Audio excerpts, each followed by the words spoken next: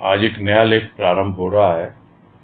भावकण 2 से लिया गया है। ये भावकण हम सबको पता है, जो कलकत्ता सत्संग सदन के वार्षिक उत्सव पर प्रत्येक वर्ष पब्लिश हो रही है, यानी प्रकाशित होती हुई आ रही है। और यह भी हमको पता है कि आज से लगभग 55-56 साल पहले कलकत्ता सदन का उद्घाटन हुआ था। 55 नहीं, 65 साल पहले, 55 या 65, 1965 में हुआ था। चलो कोई बात नहीं है। कहने का मतलब ये है कि पहला भावकण तब निकला था उद्घाटन के समय, और यह है भावकण 2 जो उसके बाद निकला। हाँ, 55 साल में। तो ये जो भावकण 2 है, समझ सकते हैं हम कितने पहले की बात है, आज से 55 साल पहले। और उस वक्त का सुलोचनाबाई बगड़िया का लिखा हुआ यह लेख जो आज हमारे सामने है, विश्लेषण के लिए कहें या भाव को समझने के लिए कहें, हम जब इसको पढ़ेंगे तो हम समझ सकते हैं कि सद्गुरु की कृपा किस प्रकार से प्रत्येक संतान पर, प्रत्येक बच्चे पर हो रही थी, हो रही है। शुरू करते हैं। लेख का शीर्षक है संसार का सार तेरा नाम। यदि इसी से वंचित रहूं तो मेरा आगमन वृथा, तेरा अवतार किस काम आया। काफी लंबा शीर्षक है और अपने आप में शीर्षक ही अपनी व्याख्या कर रहा है, जिसे हम कहते हैं अंग्रेजी में कि सेल्फ एक्सप्लेनेटरी है ये, कि संसार का सार है तेरा नाम। यानी इस संसार में यदि कोई सार की वस्तु है तो वो तेरा नाम है। और यदि मैं इसी से वंचित रह जाऊं तो फिर मेरा इस संसार में आना ये तो बेकार है, वृथा है। और तेरा इस संसार में अवतार लेना वो फिर किस काम आया। यानी यह जो नाम है, यही तुमको मुझसे और मुझको तुमसे जोड़ता है। अन्यथा दोनों का आगमन वृथा हो जाता है, संत का भी और संत की संतान का भी। तो इसकी हेडिंग से संक्षेप में यही भाव ग्रहण करते हैं हम, और अब आगे बढ़ते हैं, जिसमें कह रहे हैं मौसी जी कि नाम की महिमा सुनी, व्याख्या की, किंतु नाम तो अमूल्य धन है प्राणों का। नाम के बिना प्राणों की कोई कीमत नहीं।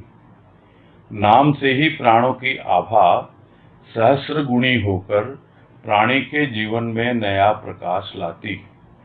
यदि नाम में कोई विशेषता नहीं तो प्राण तो सभी प्राणी को मिले। जीव जंतु, पशु पक्षी, जड़ चेतन सभी ने प्राणों की गति पाई।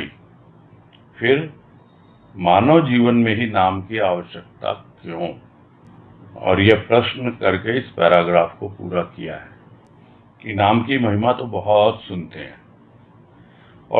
हैं और अपने हिसाब से उसको समझते भी हैं, और समझ के उसकी व्याख्या भी कर दी जाती है कि इस नाम का यह मतलब है, इस नाम का यह मतलब है, यह नाम इस ओर संकेत करता है।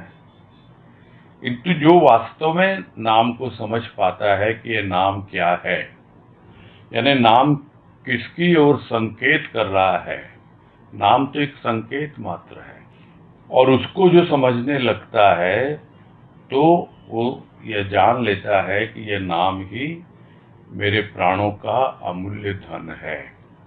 प्राण तो मिले थे प्राणी को, किंतु जब तक वो नाम जो जिह्वा से लेता था वो प्राणों तक नहीं पहुंच गया, उस नाम के पीछे जो छिपा हुआ भाव था, उस नाम के पीछे छिपा हुआ जो अनामी था, उस तक जब तक नहीं पहुंच गया प्राणों तक, तब तक प्राणों की क्या कीमत होती है, कितने मूल्यवान है ये प्राण, जो मनुष्य जीवन में मनुष्य बनकर आया है प्राणी, तभी जान पाता है कि नाम से ही यह जो प्राण है उनमें एक नई ज्योति आई है, एक नई चेतना जागी है, और प्राणों की जो आभा है वो कितना गुना, यहाँ कहें सहस्र गुना यानी 1000 गुना, यानी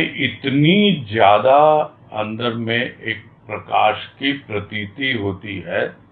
ऐसा अनुभव होता है कि अब तो प्राण जैसे भीतर गया नहीं कि कुछ एक चमक आ गई, जैसे प्रकाश पड़ते ही हीरे में चमक आ जाती है, दिखाई पड़ने लगती है। वैसे ही प्राणों पर जब नाम का प्रकाश पड़ा तो अपनी आभा को पहचाना और प्राणी के जीवन में एक नया प्रकाश पैदा हुआ। तो कोई अगर समझे कोई विशेषता नहीं है नाम में, ये सब तो कहने की बातें हैं, तो ठीक है, प्राण तो मिले ही हैं, सभी प्राणी को मिले हैं, जीव जंतु पशु पक्षी जड़ चेतन सभी को मिले हैं प्राण। प्राणों की गति सभी में है, सबका अलग अलग ढंग से स्पंदन है प्राणों का, उनकी गति अलग अलग है। वृक्ष अलग ढंग से बढ़ते हैं, पशु पक्षी भी अलग अलग रूपों में अलग ढंग से आते हैं, मनुष्य उसका भी एक अलग ढंग है। किंतु यह जो मनुष्य जीवन मिला है, इसी में तो नाम की महत्ता को समझ पाएगा, और महत्ता को तभी समझेगा जब नाम को अपनाएगा। नाम को कब अपनाएगा? जब उसे उसकी आवश्यकता प्रतीत होगी, तभी अपनाएगा। तो प्रश्न तो उठता है, क्यों आवश्यकता है?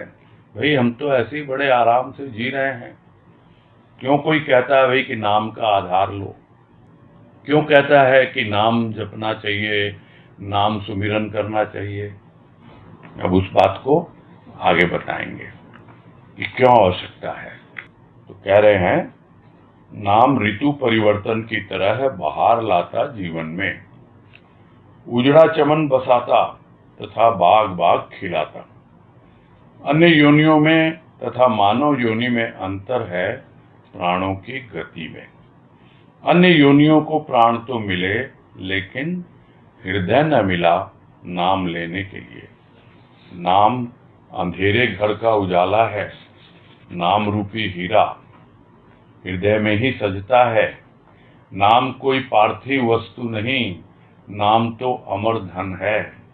तभी तो मीरा कहती है, पायोरी मैं तो नाम रतन धन पायो। नाम किसका? प्रभु का, अर्थात आराध्य देव का। मानव को प्राण तो मिले नाम रटने के लिए, साथ साथ हृदय भी मिला। नाम रटने से नाम नहीं आता, नाम हृदय से बरबस निकल पड़ता है। तभी तो कहता है, संसार का सार तेरा नाम। कैसे नाम से वंचित रह सकता हूँ? तेरे नाम के बिना इस संसार की और इस तन की कोई कीमत नहीं। नाम के बिना संसार फीका प्रतीत होता है। नाम की जगमग ज्योति से ही संसार प्रकाशित है। इस तन की शोभा भी तो तेरे ही नाम से है। अब नाम की महत्ता बता रहे हैं कि क्या आवश्यकता है, और वो आवश्यकता आपको प्रतीत होगी जब आप दूसरों के अनुभव पढ़ते हैं, सुनते हैं, देखते हैं। जैसे भौतिक जीवन में देखते हैं कि कोई व्यक्ति बिजनेस में बहुत आगे बढ़ गया, तो देखते हैं, कोशिश करते हैं जानने की आखिर इसने क्या किया, खोज करते हैं, हमें आवश्यकता यदि प्रतीत हो तो। उसी प्रकार आध्यात्मिक जीवन में भी जब हम देखते हैं कोई व्यक्ति इतना आगे बढ़ गया, तो आखिर क्या वजह है, इसने कौन सा धन पाया, इसने कौन सा धनोपार्जन किया, तो क्या आवश्यकता है? लगती है आवश्यकता कि मुझे भी आगे बढ़ना है। तो यह अनुभव है भक्त का कि ऋतु परिवर्तन जैसे होती है, जैसे गर्मी का मौसम है और उसमें एकदम बरसात हो जाए, और बरसात हो जाए, सब कुछ हरा भरा हो जाए, बहार आ जाए जीवन में, उजड़ा हुआ चमन बस जाए, एक एक बाग खिल जाए, कलियां खिलने लगें। तो इस तरह एक प्राकृतिक परिवर्तन जैसे होता है मौसम का, ऋतु का, वैसे ही हमारे भीतर का मौसम बदल जाता है जब नाम हमारे हृदय में प्रवेश करता है। प्राणों की गति, पहले भी बात आई है पिछले पैराग्राफ में, कि सबकी अलग अलग है, जीव जंतु की, पशु पक्षी की, यानी अन्य योनियों में और मानव योनि में जो प्राणों की गति है उसका रूप अलग होता है, इसमें कोई संदेह नहीं है। यदि इस बात को प्राणी यानी मानव न समझे तो फिर उसमें और जीव जंतु पशु पक्षी में कोई अंतर नहीं है। वो जब अपने प्राणों की गति को अनुभव करने लगेगा, सोचेगा, समझेगा, तभी इस मानव योनि और अन्य योनियों में जो एक अलग विशेषता है, उनमें जड़ता बहुत ज्यादा है। उनके प्राणों में, अन्य योनियों में जड़ता बहुत ज्यादा है, चेतनता बहुत कम है। प्रभु को सुमिरन करने की बातें नहीं आती हैं, उसका नाम जपने की बातें नहीं आती हैं। तोता अगर नाम रटता भी है तो जब उसका मालिक उसको सिखाता है तब बोलता है वो, और वो भी खाली मुख से बोलता है। वो बोलना कोई बोलना नहीं है, वो तोते की रटंत विद्या है। तो कहने का मतलब क्या है यहाँ पर, कि मानव को समझना है कि तुम्हारे प्राणों में गति तो है, लेकिन अभी वो सुस्त पड़े हुए हैं, ढीले हैं। अन्य योनियों में प्राण है, किंतु हृदय की वो अनुभूति नहीं है। वो जो कुछ भी करते हैं पूरी तरह से प्रकृति के आधार पर करते हैं। प्रकृति ही उसको चलाती है, या फिर थोड़ा बहुत जो उनकी हल्की फुल्की समझ होती है। अलग अलग योनि में पक्षी, पशु और भी जीव जंतु बहुत हैं, सबकी अलग अलग है। हमको उस पर रिसर्च नहीं करनी है, हमको तो अपने आप को देखना है, क्योंकि हम मानव हैं। हमको अपने प्राणों की गति को अनुभव करना है और यह समझना है कि हम इन इतर योनियों से बहुत बहुत उत्तम हैं। बनाने वाले ने हमें एक ऐसा रूप दिया है कि एक ऐसा हृदय मिल गया हमको प्राणों के साथ। और उस हृदय का काम क्या है? हृदय का काम है नाम लेना। और जब हृदय में नाम आ जाता है तो जैसे हृदय में अंधकार छाया हुआ था, वहां पर नाम आते ही एक दीपक जल गया। भजन भी है एक हरिओम शरण का, कि नाम का दीप जला ले, अंधेरा पल भर में कट जाए। लेकिन वो नाम कहाँ से लेना? हृदय से लेना है।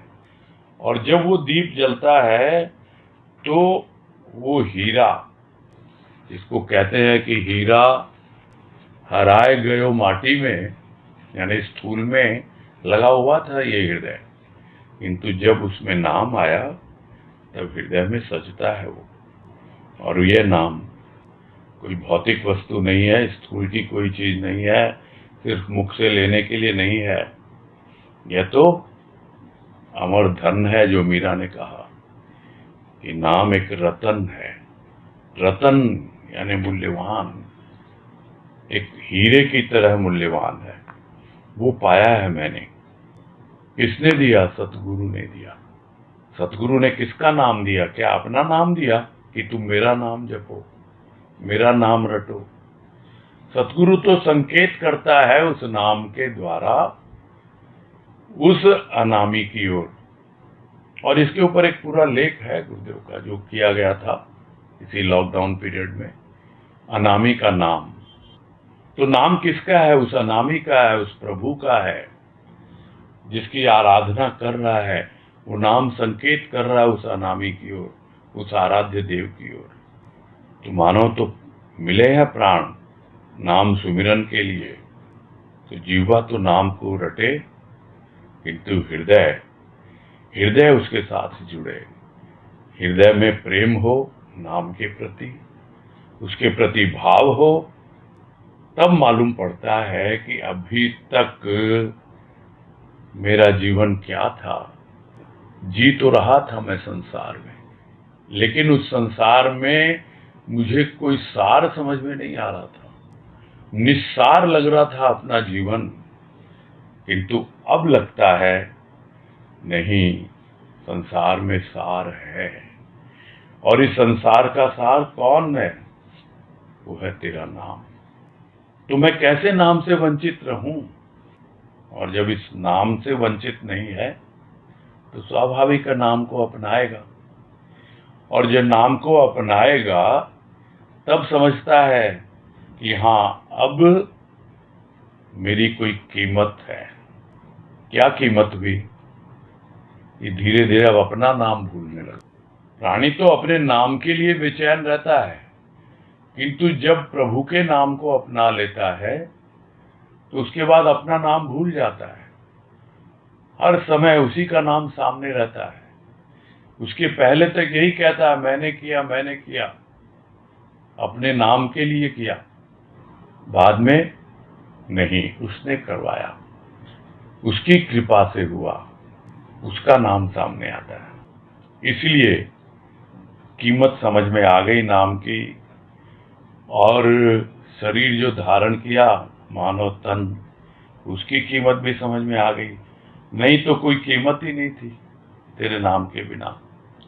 न तो इस संसार की कोई कीमत थी, और न इस मानव तन की कोई कीमत थी, और पूरा का पूरा जीवन निस्सार, फीका, किसी प्रकार का कोई मधुरता का भाव नहीं, कोई मिठास नहीं, भीतर बेस्वाद लग रहा था यह संसार। और जैसे जैसे स्वाद आने लगता है जीवा पे, नाम लेते लेते एक स्वाद घुलता है, और वो स्वाद भीतर जाता है। भीतर जब जाता है हृदय में, तो भीतर एक अलग रस घुलता है। जिह्वा का रस अलग, हृदय का रस अलग, प्राणों का रस अलग। इस प्रकार नाम जिह्वा से प्राणों तक पहुंचता है। तब मालूम होता है कि अब प्राणों में वो जगमग ज्योति जगमगा रही है, जिस ज्योति से यह संसार प्रकाशित है। और फिर अपने आप को धन्य मानता है। तो लोग क्या करते हैं? अपने आप को धन्य मानते हैं तो जो नाम लेते हैं उसकी चादर छपवा लेते हैं और उसी को ओढ़ लेते हैं, और समझते हैं मैं तो धन्य हो गया। नाम ऊपरी नहीं होता, नाम भीतरी होता है। तन की शोभा तेरे नाम से है, यानी अब मानव तन मूल्यवान लगने लग गया। उसके पहले तक बेमोल बीत रहा था यह जीवन, इसका मोल समझ ही नहीं पा रहा था। लेकिन अब जैसे ही नाम आया और नाम धारण किया, तब इसकी शोभा बढ़ी, यानी अपने जीवन का मूल्य समझा। आगे है, मानव के प्राणों का नाम से चिर शाश्वत संपर्क है, किंतु मोह वासना के राज्य ने नाम की सुध बिसारी। तभी तो हृदय में जलन, प्राणों में व्याकुलता, मन में अशांति हुई। जिस हृदय में नाम ही शोभा देता, वहां यदि निरर्थक वस्तुओं का प्रयोग किया जाए तो जीवन का साज कैसे सजे? संपर्क तो है, चिर शाश्वत संपर्क है मानव के प्राणों का नाम के साथ। तो वो नाम किसका है? वो है अनामी का नाम। वो अनामी कौन है? वो अनामी है परमात्मा। तो मानव का इस परमात्मा के साथ अनादि काल से चिर शाश्वत, यानी हमेशा हमेशा से संपर्क रहा है, किंतु प्राणी उसको समझ नहीं पा। और उसका कारण हर लेख में मिल जाएगा, और सिर्फ मौसी जी के लेख में ही नहीं, राजमा के लेख में भी, बीवी जी के लेख में भी, गुरुदेव के लेख में भी, सब जगह है। हर कोई यह दिखलाना चाहता है, बतलाना चाहता है कि जब तक तुम प्रेम को नहीं समझोगे तब तक वो प्रेम मोह और वासना के रूप में ही रहेगा। मोह शरीर के संबंधियों से और वासना शरीर के साथ। शरीर को प्रेम करता है, इस वजह से वासना है। देह बोध ही वासना का रूप लेती है, अन्यथा प्रेम तो अपने आप में शुद्ध होता है। तो अनामी के नाम का संपर्क तो है चिर शाश्वत, किंतु यह जो मोह और वासना के राज्य में अपना जीवन व्यतीत कर रहा है, जहां पर प्रेम का कोई नामो निशान नहीं, किंतु जब प्रेम का साम्राज्य होगा तभी सुध आएगी उसको, यानी याद आएगी। नहीं तो मोह और वासना में लगा रहता है और नाम की सुध बिसर जाती है, यानी भूल जाता है, और हृदय में जलन रहती है, प्राणों में व्याकुलता रहती है, मन में अशांति रहती है। यही तो है, चारों ओर यही तो दिखलाई देता है। और हो सकता है हमारा जीवन भी वैसा ही रहा हो या अभी भी है, खुद को समझना है। बोलते बोलते मुझे तो लाइनें याद आ गई, एक शायर ने लिखा है जो कि सीने में जलन आंख में तूफान सा क्यों है, सीने में जलन आंख में तूफान सा क्यों है, इस शहर में हर शख्स परेशान सा क्यों है। क्यों है आखिर? क्यों इसलिए है कि उसने अभी नाम की महिमा नहीं समझी है, अभी नाम को अपनाया नहीं है। हृदय पर मोह का राज है, वासना का राज है, और स्वाभाविक है ये जलन लेके आएंगे, सीने में जलन, और आंखों में तूफान आएगा जब प्राणों में व्याकुलता है। वो प्राण जो प्राण वायु पर आधारित, वायु आती है जाती है, किंतु बिल्कुल आंखों में तूफान लेके आती है। वही वायु, व्याकुलता बनी रहती है, मन में अशांति बनी रहती है, मोह वासना का साम्राज्य है। तो यही तो हाल है, हृदय में नाम नहीं तो यही सब निरर्थक वस्तुएं आएंगी, और ये सब आएंगी तो जो हृदय मिला है सजने के लिए, बजने के लिए, तो ये एक साज है जिसकी कोई आवाज है, जो झंकृत होना चाहता है, जिसके तार बिल्कुल ढीले पड़े हुए हैं और कोई कोई तो टूटे भी हुए हैं। उन तारों को फिर से ठीक करना, सजाना और उससे संगीत पैदा करना कौन करेगा? यह नाम ही तो करेगा, जो अपने साथ प्रेम और भाव लेकर आएगा, तब जाकर जीवन का साज सजता है। तो अवतारी तार लगा देता है नाम का, तो बिसरी सुध सुधा के रूप में परिवर्तित हो जाती। अवतारी सत्य का पुजारी ही जीवन ज्योति जगाता, तभी तो जीवन सुधामय है। नाम की महिमा सुनी, व्याख्या की, इससे नाम की स्थिति अलग है।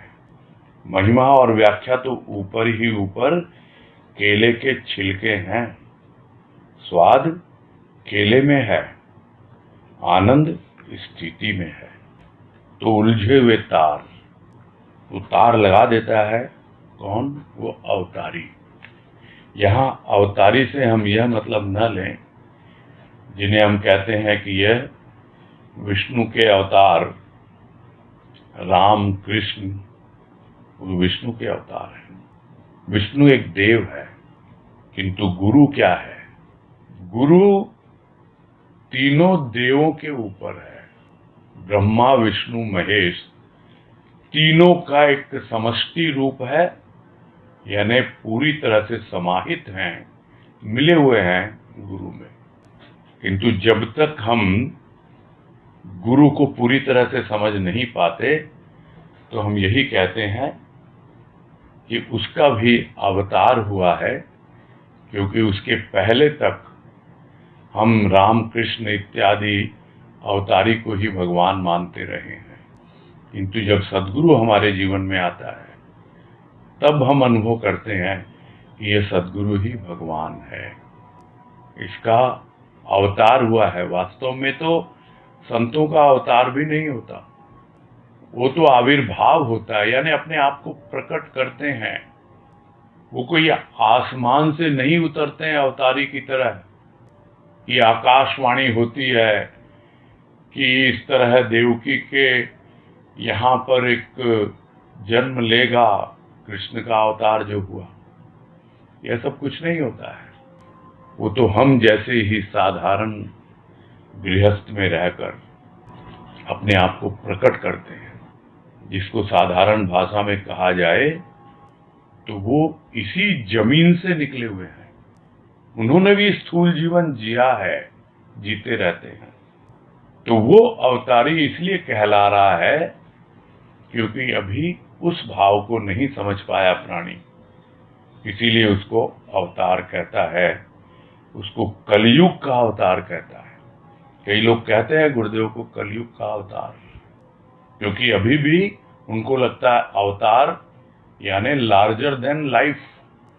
लार्जर देन लाइफ मतलब बिल्कुल हम सबसे मालूम नहीं कहाँ कौन चमत्कारी कोई, जिस तरह राम ने किया, कृष्ण ने किया चमत्कार।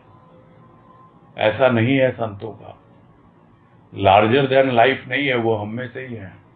उनका जो कुछ भी है लार्जर देन लाइफ, वो यही है कि उन्होंने अपना जो भीतर का कैनवास है लाइफ का, उनके भीतर का जो जीवन है, हाँ, वो लार्जर कर लिया, इतना व्यापक कर लिया, इतना बढ़ा लिया, और उसको देख करके भले ही लोग कहें कि हाँ भाई यह अवतारी है, किंतु वास्तव में वो तो पूर्णता को उपलब्ध हो गए, हम जैसे ही थे।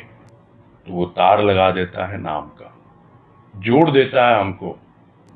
तो कहता तो वो यही है, अनामी के साथ जोड़ रहा हूं, इशारा करता है उधर, बतलाता है मैं जिस तरह चला तू भी वैसे ही चल।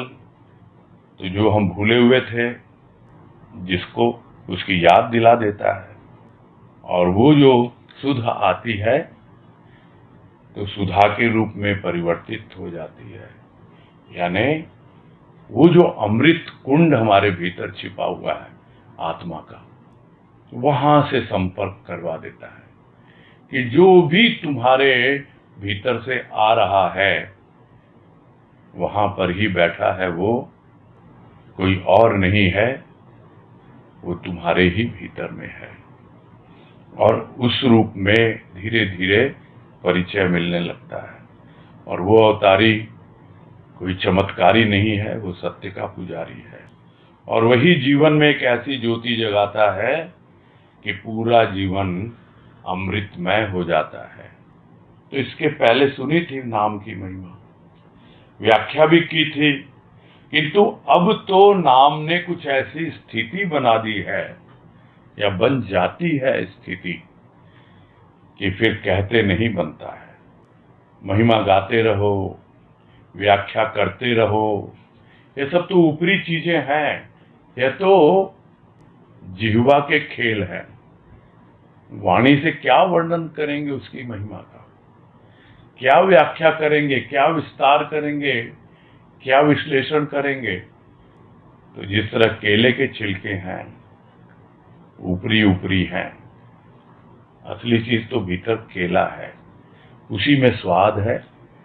असली चीज तो भीतर में है, वो आनंद, वो आनंद जो आत्मा में स्थित है, वहां पर पहुंचा देता है वो नाम का आधार।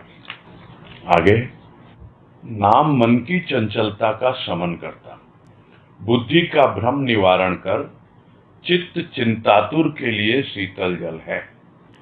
मैं अर्थात अहंकार को तू अर्थात प्रभु में बदल देता है।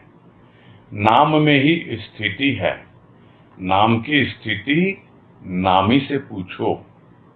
यूं तो स्थिति का वर्णन नहीं, क्योंकि जिसका नाम लिया जाता है वह प्रभु अवर्णनीय है, अरूपी है। फिर उसके नाम का वर्णन कैसे हो सकता है? वर्णन स्थूल का होता है, रूप रंग का होता है, नाम का वर्णन कैसा? तो इसमें यही बता रहे हैं कि किस तरह है नाम धीरे धीरे अपना प्रभाव डालता है, किस रूप में प्रभाव डालता है। तो सर्वप्रथम वो नाम जो है मन की चंचलता को शांत करता है। मन जो चंचल बना रहता है उसको स्थिर करता है। किस प्रकार से? कि जैसे हम जिह्वा से नाम लेते हैं, नाम जपते हैं, तो धीरे धीरे मन हमारा टिकने लगता है उस नाम पर। वो मन जो चक्कर काटता है वो शांत होने लगता है। फिर धीरे धीरे जब वो आगे बढ़ता है, हृदय की बात पहले हो चुकी है कि किस तरह प्रकाश आता है, इसलिए अब बुद्धि की बात कर रहे हैं कि बुद्धि में भी जो भ्रम रहता है उसको दूर करता है। और जो चित्त में जो चिंता है, जो जल रहा है, चित्त वृत्तियों में कितनी गर्मी है, उसको शांत करता है यह नाम। क्योंकि ये नाम अपने साथ लाता है प्रेम और भाव का जल। इतना ही नहीं, जब अहंकार तक पहुंचता है, यानी हमारी मैं तक, वो मैं जो झूठी मैं है वो धीरे धीरे तू में बदलने लगती है, यानी सच्ची मैं में बदलने लगती है। और इस तरह समझ में आने लगता है कि हर सूक्ष्म के धरातल पर, हर सूक्ष्म की अवस्था में वो नाम विद्यमान है। उस नाम में ही स्थिति है। बाकी सब कुछ तो गतिशील लगता है सूक्ष्म प्रकृति में। और जिस दिन यह लगने लगता है कि मेरा मन, बुद्धि, चित्त, अहंकार जो कुछ भी है वो उस नाम के ही इर्द गिर्द चक्कर काट रहा है, वो नाम स्थित है, वो एक स्थिति बनी हुई है नाम की, और बाकी मन, बुद्धि, चित्त, अहंकार उसमें जो भी परिवर्तन होना है वो नाम के आधार पर होता रहता है। तो नाम किस स्थिति में स्थित है? किससे पूछो भाई? नामी से पूछो। कौन है नामी? नामी वो है जिसने नाम का आधार लिया है। तो जिसने नाम का आधार लिया है उससे पूछो, वो बतलाएगा कि नाम की स्थिति उसके भीतर क्या है। क्योंकि अनामी तो आता नहीं बतलाने के लिए, उसका तो कोई नाम ही नहीं है। और यहाँ नामी से यह मतलब नहीं है कि जिसका बहुत नाम हो गया संसार में। यहाँ नामी से मतलब जिसने नाम का आधार लिया है, वो बतलाएगा कि नाम की क्या स्थिति है। कोई बतलाएगा क्या? इशारा कर सकता है, वो भी इशारा ही होगा। वर्णन क्या कर सकता है कोई? क्योंकि जिसका नाम लिया जा रहा है वो क्या सिर्फ नाम तक सीमित है? जो पहले भी बात आई कि क्या उसका वर्णन कर पाएगा, क्या उसकी महिमा गा पाएगा, क्या उस स्थिति को बतला पाएगा? क्योंकि जिसका नाम लिया जा रहा है वो तो प्रभु है, वो तो अनामी है, तो उसका क्या वर्णन करेगा? वो तो अरूपी है, कैसे उसके रूप का बखान करेगा? कैसे हो सकता है? भले ही हम कहें कि उसका यह नाम है, उसका ऐसा रूप है, किंतु यह तो एक संकेत मात्र है, नाम और रूप। वो तो अनामी है, अरूपी है। तो वर्णन तो स्थूल का होता है, रूप रंग का होता है, नाम का वर्णन कैसा? अगर कोई वर्णन करना भी चाहे तो नहीं कर पाएगा। और इसीलिए इसको कहा गया है कि ये क्या है नाम। जिह्वा पे आ गया ना नाम, बस स्वाद आ गया। जैसे गूंगे का गुड़ आ गया, गूंगा हो गया, अब वर्णन नहीं कर सकता उसका। करेगा भी तो वो बहुत ही सतही होगा। तो इतना ही कह सकता है कि स्थिति क्या है भाई, जिसने नाम लिया उससे पूछो और वो भी क्या बतलाएगा, वो समझा देगा थोड़ा बहुत इशारों से और बतला देगा कि ऐसे ऐसे करो, तुम भी नाम लो, तुम भी गुड़ का स्वाद चखो। मैंने चखा और मुझे बहुत स्वाद आया और एकदम अच्छी तरह से जीवन जी रहा है। इशारे से बतला सकता है, संकेत कर सकता है।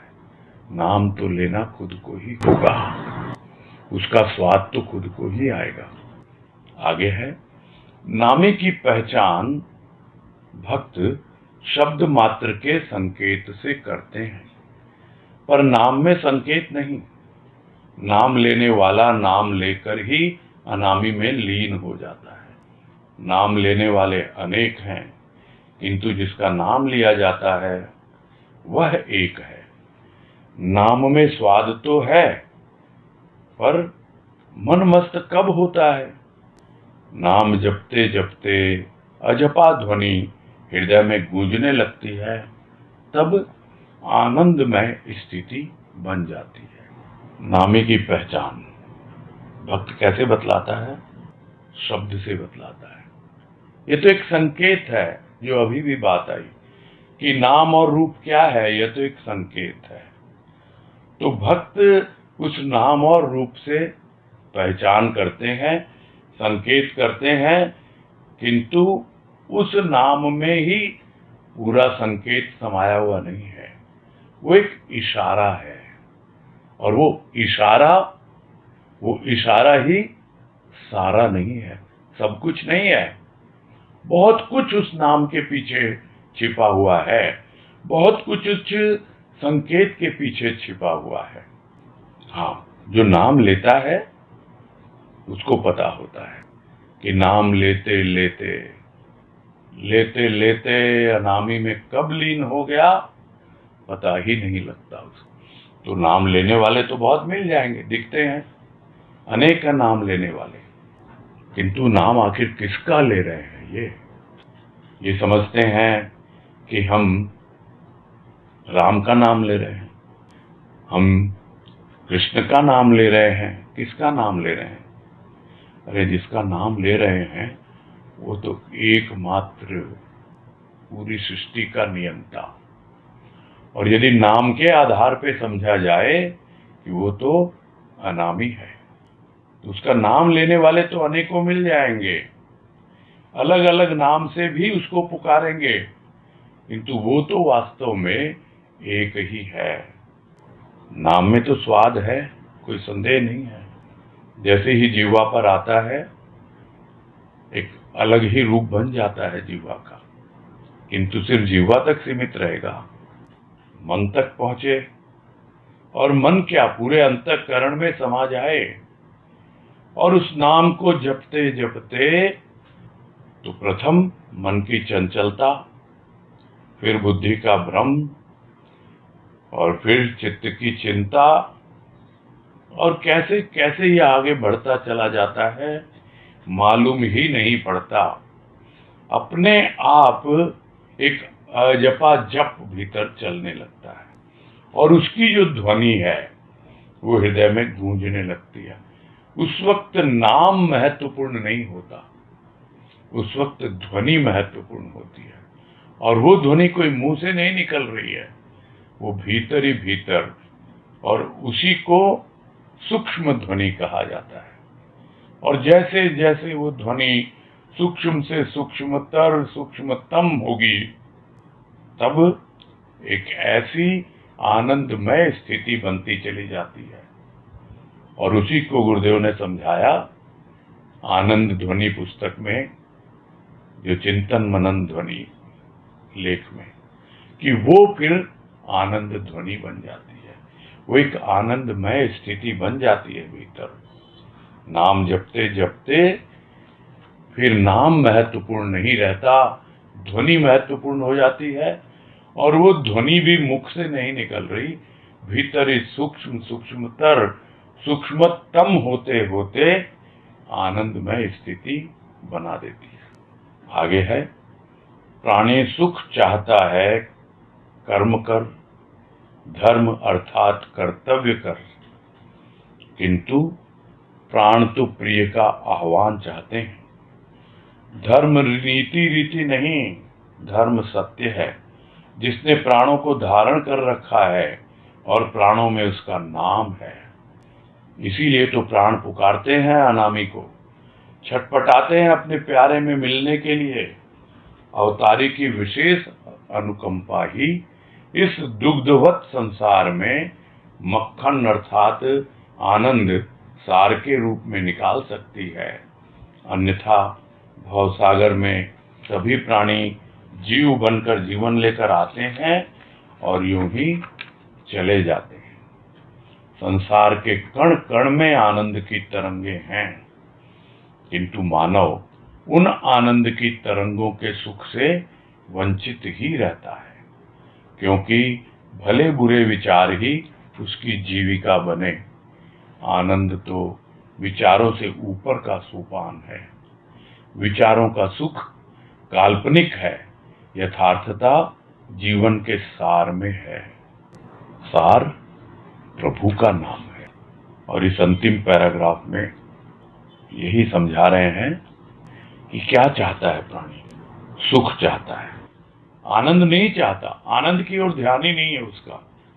वो तो सुख चाहता है और उसके लिए जो करना है कर्म वो करता है, और धर्म के नाम पर जो भी उसको शिष्टाचार निभाने हैं, जो कर्तव्य करने हैं वो करता है। प्राणों की ओर ध्यान ही नहीं देता है कि प्राण आखिर चाहते क्या हैं। प्राण तो प्रिय का आह्वान चाहते हैं। आह्वान यानी उसको पुकारना चाहते हैं, लेकिन पुकारने के लिए उसको कोई नाम नहीं मिल रहा, और नाम अगर मिल भी रहा है तो वो प्राणों तक नहीं पहुंच रहा। तो कैसे प्राणों की जो व्याकुलता है उसको समझ पाए प्राणी। वो तो धर्म यही समझ रहा है कि जो रीति नीति में अपना के चल रहा हूं वही धर्म है। समझना चाहिए कि वास्तविक धर्म तो सत्य है, और उस सत्य ने प्राणों को धारण कर रखा है। यानी सत्य कहो, आत्मा कहो, उसी के आधार पर ये प्राण हैं, और प्राणों में उसका नाम छिपा हुआ है। यानी ये प्राण अपने आप को ही भूल बैठे हैं। जिसको गुरुदेव ने कहा मेरे साथी में कि मेरे साथी को मैं जन्म जन्मांतर से साथ था, किंतु मैं उसको भूल बैठा था। ये तो तुम आए तो तुमने बतलाया कि वो तेरे प्राणों का साथी है। वो सत्य, वो आत्मा, वही तेरे प्राणों का आधार है। तब समझ में आता है कि अब तो पुकारना है तो उसका नाम क्या दूं मैं। नाम तो आधार है एक। उस नाम का आधार लेकर मैं किसको पुकार रहा हूं? अनामी को पुकारता हूं। तो प्राण पुकारते हैं उस अनामी को, छटपटाते हैं अपने प्यारे के मिलन के लिए। और जो संत आया जीवन में सत्य का अवतारी बनकर, सत्य का व्यक्त रूप बनकर, व्यक्ति बनकर, उसकी ही विशेष कृपा होती है, जो हमें समझा देता है कि किस प्रकार से यह जो संसार है इसका सार लेना है। जैसे दूध में से मक्खन निकालना है। नहीं तो सभी ये कहते हैं तो भवसागर है, किंतु संत क्या कहता है? यह भवसागर नहीं है, यह क्षीर सागर है। क्षीर यानी दूध, और इस दूध के अंदर में मक्खन छिपा हुआ है, यानी वो आनंद छिपा हुआ है। उसकी कृपा होती है, देता है वो अपनी वाणी की मथानी देता है। मथो, थमो मत, रुको मत, मथते जाओ, मथते जाओ, सार मिलता जाएगा। अपने आप तुम्हें समझ में आएगा कि यह भवसागर नहीं, यह क्षीर सागर है, यह दुग्धवत संसार है। नहीं तो भवसागर में ऐसे ही सभी प्राणी आते हैं, जीव बनकर जीवन ग्रहण करते हैं और यूं ही चले जाते हैं। इसको कहा गया खाली हाथ आया है, खाली हाथ जाता है। किंतु क्या पूरी तरह खाली होकर जाता है? क्या पूरी तरह अपने आप को, अपने नाम को अनामी में समाहित करके जाता है? सब कुछ भूल जाता है, मन बुद्धि चित्त अहंकार सब कुछ उस अनामी में मिटा देता है, मिला देता है। यही समझना है और यही जीवन है। सार ग्रहण करता है, वो सार इसीलिए चाहिए कि संसार में तू आया है, खाली हाथ आया है, खाली हाथ जाएगा, किंतु सब कुछ उस अनामी को सौंप कर जाएगा। पता लगता है संसार के कण कण में आनंद की तरंगे हैं, किंतु मानव उसे वंचित रह जाता है। आनंद की तरंगों में भी कोई सुख है? क्यों वंचित रहता है? क्योंकि सुख दुख में ही झूलता रहता है, आनंद को समझ ही नहीं पाता। कभी विचार उसके भले लगते हैं उसको, कभी बुरे लगते हैं। विचारों के ऊपर कभी उठ ही नहीं पाया, कभी भाव की महिमा को जान ही नहीं पाया, कभी प्रेम पूर्वक प्रभु के प्रेम से अपना जीवन यापन कर ही नहीं पाया। प्रभु के प्रेम में, उसके नाम में अपने आप को एकाग्र कर ही नहीं पाए। अरे मुख से नाम ले रहा है, जीवा में प्रेम आ रहा है, स्वाद घुल रहा है, हृदय में जा रहा है, प्राणों तक पहुंच रहा है, और तू विचारों में ही खेल रहा है। ये भरे बुरे विचार, यही तेरे जीवन की जीविका है। जीविका यानी इसी के आधार पर तू जीवन यापन कर रहा है। किंतु आनंद तो भाई विचारों से ऊपर उठने से ही आएगा। और विचारों से ऊपर कौन उठाएगा? भाव उठाएगा। तो ऊपर उठना है, ऊपर का सोपान यानी ऊपर चढ़ने के लिए यह सीढ़ी है। भाव के द्वारा ऊपर चढ़ो तो आनंद आए, और नहीं तो यूं ही आए और यूं ही जाए। तो विचारों का सुख क्या है? जो विचारों में सुख मान रहे हैं वो तो काल्पनिक है। कुछ विचार यहां से ले लिए, कल्पना कर ली, और कुछ विचार यहां से ले लिए। अरे जीवन मिला है तुमको, यह संसार क्षीर सागर है। सार ग्रहण करो इसका, तब मालूम पड़ेगा कि यह कल्पना नहीं है, यह वास्तविकता है, यह यथार्थता है। और यह सार क्या है? यह सार है प्रभु का नाम। हर कोई नाम से ही शुरू करता है, और जिस दिन नाम की महिमा समझ में आ जाती है, फिर महिमा नहीं गाता। वो समझ लेता है कि मही पर महान, यानी इस पृथ्वी पर जो महान है वो संत, वो मेरे जीवन में आ गया, वो मुझे अनामी तक पहुंचाएगा। बस मैं तो उसके प्रेम और भाव में जीऊं, और इस संसार का सार नाम के आधार पर समझता जाऊं, आगे बढ़ता जाऊं। बस यही संपूर्ण करते हैं। हाँ, अलका पोद्दार को देखे पहले। प्रणाम भैया। हाँ नमस्कार, बोलिए। हरि। हाँ भैया, कल के लेख से वो एक 24 नंबर पेज पे था एक कि मूलधन, मेरे को पूरा तो याद नहीं है अभी, मूलधन आपके पास है? मेरे पास तो है। ब्याज के रूप में मिला, ऐसे कुछ था। तो कल वाला नहीं है, कल वाला तो नहीं है। वो तो अभी सामने नहीं है।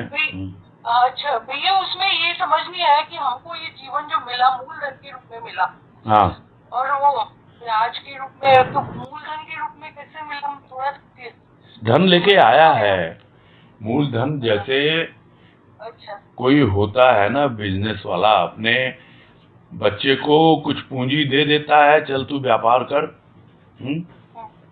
तो वैसे ही परमात्मा ने अपने बच्चे को, अपनी संतान को मूलधन दे के भेजा है मनुष्य का जीवन व्यापार करने के लिए। ये लेके आया है तू, और तू क्या है, मूलधन को ही गंवा रहा है, जीवन को गंवा रहा है। ये उल्टे सीधे विचारों में, विचार को ब्याज बताया था। गलत जगह इन्वेस्ट कर रहा है तुम, ये सब बातें तो आई थी। हाँ, वही थोड़ा क्लियर नहीं हो पा रहा था, अभी समझ आया भैया। ठीक, समझ, थैंक यू। हाँ कोई बात नहीं। हाँ नीतू गुप्ता। हरिओम भैया। हाँ हरिओम, बोलिए। हाँ, आज जैसे पूरा ये सुना तो मन में यही भाव आ रहा था कि अपने प्रभु की शरण में आकर उसकी गोद चाहते हैं, अपने जीवन का साथ सजाना चाहते हैं, का नाम चाहते हैं, निश्चित देखी बनना चाहते हैं, कि प्रेम भाव को गहन गंभीर प्रगाढ़ भी बनाना चाहते हैं, उसकी आता कुछ भी नहीं है, और अपने प्रभु को कोटि कोटि धन्यवाद देना चाहते हैं। यही मन में भाव आ रहा था कि जीवन का सार का भाव बस उसी की चाह, पता नहीं कैसे क्या करे, बस मन में बेचैनी रहती है। नहीं वो तो ठीक है, यहाँ तो बताया यही गया ना, नाम का आधार लीजिए। हाँ और आगे बढ़िए।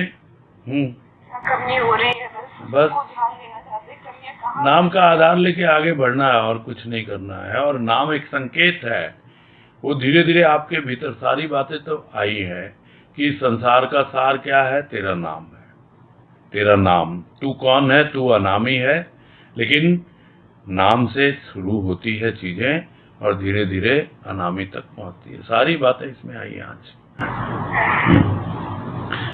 ठीक है। हरिओम हरिओम। अजय बंसल। प्रणाम भैया। हाँ नमस्कार, बोलिए।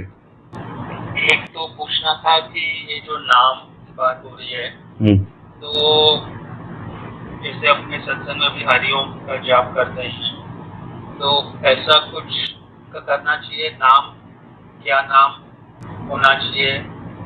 और दूसरा एक सवाल था कि जैसे आप हमेशा बताते हैं कि ये एक तरह की साकार मुक्ति हो गई और इसमें ही अटक नहीं जाना है, फिर साकार से सगुण, सगुण से निर्गुण, तो उस तरह से अगर प्रोग्रेस होगी तो फिर उसका मतलब है, नहीं तो कई जगह होता है कि वहीं पे अटक जाते हैं, बोलते हैं 1 माला करो, 4 माला करो। तो ये 2 सवाल थे। नहीं, अपने यहाँ जो हरिओम है ठीक है, वो एक संकेत है, बात तो वही है ना कि हरिओम की ध्वनि या हरिओम हम बोलते हैं तो वो कई लोग बोलते हैं भाई, हाँ भाई जयराम जी की, तो हम लोग हरिओम बोल देते हैं। कोई जय गुरुदेव बोल देता है, को जय गुरु की बोल देगा, हरिओम बोल। ये तो एक संकेत है। ये शुरुआत आप कोई भी नाम लेके करेंगे, वो सारी बातें आज आई हैं इसमें। ये एक संकेत मात्र है शुरू करने के लिए। और आपने वो कहा ही है कि वो सगुण, सगुण से निराकार, निराकार से निर्गुण। तो आगे हमको अपना लक्ष्य पता होना चाहिए कि हम किस राह पे हम आगे बढ़ रहे हैं, है ना। और बाकी दूसरी जगह क्या होता है अपने यहाँ तो है नहीं वो, क्योंकि वो ये समझते हैं कि ना, क्या बोलते हैं कि 1 माला कर लो, 5 माला कर लो, ये कर लो, वो कर लो। तो आप लोग के बॉम्बे में क्या कहा जाता है? पहला माला, दूसरा माला।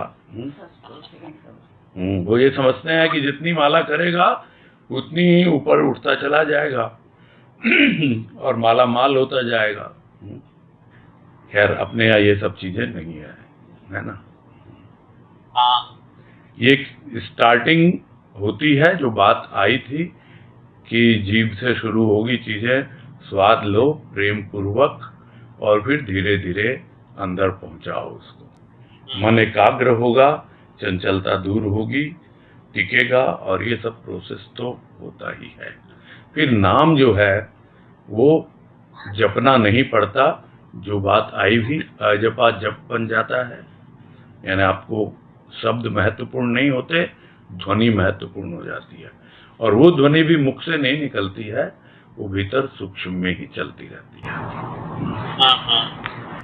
ठीक है, ठीक है भैया। हरिओम हरिओम हरिओम। भाई कई आ गए हैं, लेकिन आज तो समय बहुत सीमित है। चलो सविता डोकानिया थोड़ा संक्षेप में करेंगे, अपना परिचय भी दे दीजिएगा। बोलिए। हरिओम भैया, प्रणाम। हरिओम, हाँ बोलिए। वो एक बात आई थी कि नाम रटते रटते मन की चंचलता और बुद्धि से भ्रम, हाँ जी। और चित्त से चिंता, ये हाँ जी। सभी चले जाते हैं। तो हाँ जी। इसको थोड़ा और क्लियर करें। वो क्वालिटेटिव इम्प्रूवमेंट है। नाम के साथ साथ आपका भाव जुड़ना चाहिए, आपका प्रेम जुड़ना चाहिए, तब वो आगे बढ़ेगा। नहीं तो वो मुंह में ही रहता रहेगा। जिसको कबीर ने भी कहा ना कि मुंह में तो जीभ फिर रही है, हाथ में माला फिर रही है, और मनवा तो कहीं और फिर रहा है। वो नहीं होता उसमें। आपको रस मिलना चाहिए, उसका स्वाद मालूम होना चाहिए, तब भीतर आएगी वो। तो कहाँ से आप बताया नहीं आपने? मैं पाकुड़ से हूँ, सविता डोकानिया कल। अच्छा, सविता। ओ, हाँ। सविता मुझे लगा कि बंगाली मतलब नाम आ गया। सविता की जगह सविता लिखा था ना, इसलिए। अच्छा। समझ गए। हाँ भैया। हाँ, तो क्लियर हो गई ना बातें। हाँ। ठीक, पूरा करते हैं फिर।